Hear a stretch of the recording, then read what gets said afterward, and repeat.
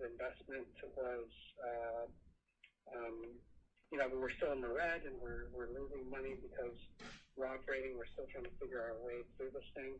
Mm-hmm. And so there was a point in time when I was making sales on my own in the back of my Toyota Matrix, 2010 Matrix, driving around Daly City.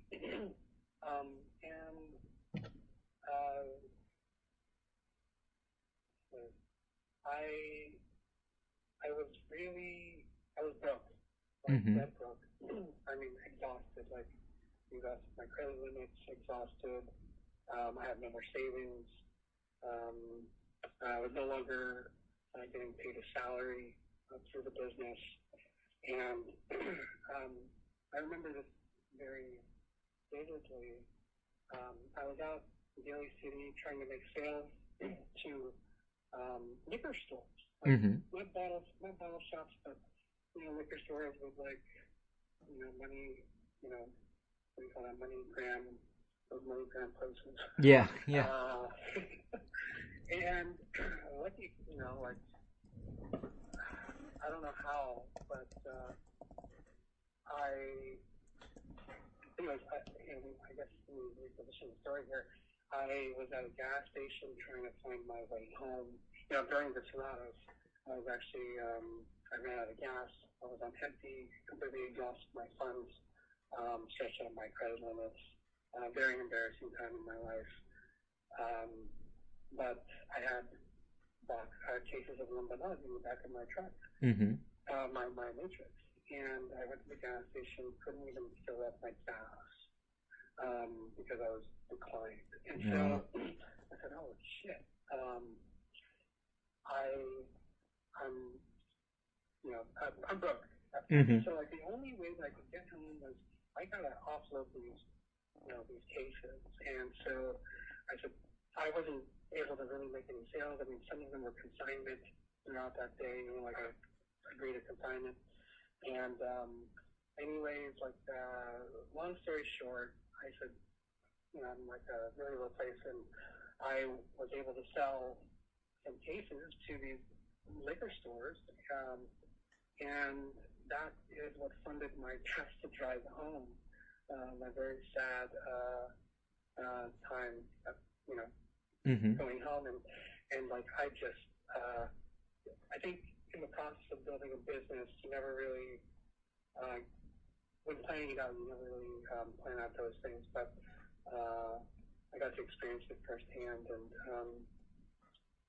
it was hard, very hard time.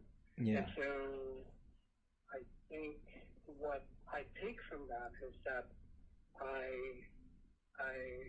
always look back and think back to those times because that's probably one of the worst times that this business has seen. And although there's ups and downs, there's a lot of lows when we build a business, but that was definitely a big low point. And seeing where we're at now and getting emails from UK and Australia and India, and it's oh gosh, you really can, if you stick to it, you can learn something. And, absolutely. And build it. And so it just took a long time, because like I said earlier, you can't really build it unless you know yourself, and I don't think I didn't know who I was, and I think that kind of reflected in the brand itself, and then you get going through the light, and we got a lot of support from the community, showing support for for our brand, because we represent a part of their a part of who they are. And so I think this is definitely an important part of the story that I actually never really get to tell. So to me, maybe it's more of a personal thing, but I think a lot of business owners can relate to it. Absolutely. The struggle, very bottom, and then rising. So absolutely. Yeah, I think there's more parts of the story that I can't even go into maybe in general. I think one of our first events was at the Philippine Consulate back in 2014, are acknowledging us. And so getting into Seafood City that was one of the big things. Are there any other big sales moments, contracts, that you think might be? BevMo, big one for us. How did that? Actually, I think that happened after our 2014 win at the San Francisco World Grades Competition. We presented that, and actually, we had interest, not only, so we got into BevMo, but we had interest from Wine Warehouse. We had meetings with Southern, who actually was going to bring us into this new portfolio of craft cocktails, because I think craft was our craft distilled brands or spirits, because that's when craft just started emerging, and I think they saw a trend, and we were going to be part of that portfolio. But when I don't know where this plays in the whole scheme of the story, but I'm just going to add it in here. Yeah, absolutely. We won the double gold, and so all the double gold winners were invited to do this tour across the country, and do events. And so we got to meet a bunch of different brand owners and got to speak with them. And some of them actually had worked with Southern, and they said, it sounds appealing right now, but you're going to get drowned out in the portfolio. It's happened to us. It happened to this other brand that we're connected with, blah blah. And so, by this time we already had met Southern many times, like in person. They attended our events. One of the big ones we had in 2014 was the Savor Filipino. It's SAVOR, Savor Filipino, and that actually was a big event for the community because it celebrated, Filipino food. But it was like in downtown San Francisco. And brought in I don't even know how many people, but it was a kind of a turning point in terms of defining who we are as a brand, because that's when Ramar Foods had noticed us, and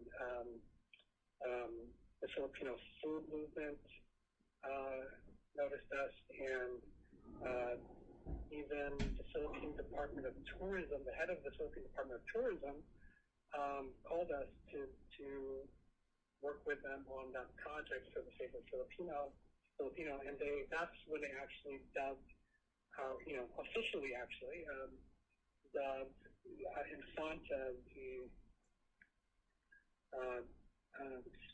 cocktail in the Philippines. But I think that's more of like a marketing play for the event